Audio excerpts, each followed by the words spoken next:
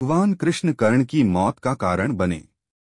भगवान कृष्ण ने ही अर्जुन को कर्ण के वध का तरीका बताया था। इसी तरीके से ही कर्ण का वध हुआ।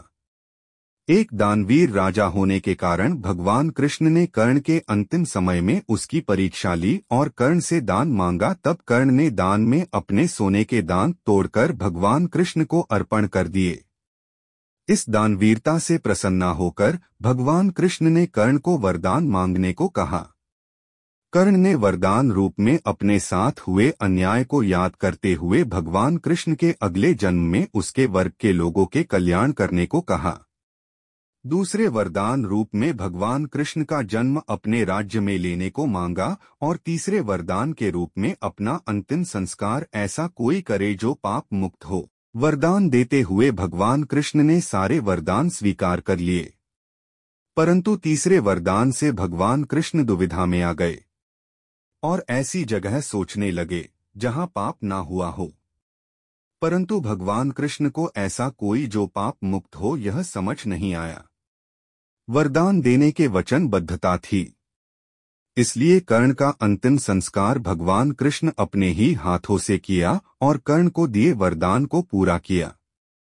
इस तरह दानवीर कर्ण का अधर्म का साथ देने के बावजूद भगवान कृष्ण को कर्ण का अंतिम संस्कार कर उनको वीरगति के साथ बैकुंठ धाम भेजना पड़ा था। धार्मिक ग्रंथों के अनुसार एक दिन दानवीर कर्ण और भानुमति अपने महल में अकेले चौपड़ खेल रहे थे। इस खेल के अंतिम पड़ाव पर रानी भानुमति की हार होने लगी। इससे वह परेशान होने लगी और कर्ण उन्हें चिढ़ाने लगा। जब भानुमति की हार होते देख खेल छोड़कर जाने लगी तो कर्ण ने अनजाने में उनका हाथ पकड़ लिया।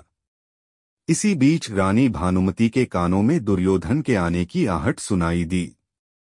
जैसे ही उन्होंने दरवाजे के तरफ देखा तो दुर्योधन उसके सामने आ खड़ा हुआ।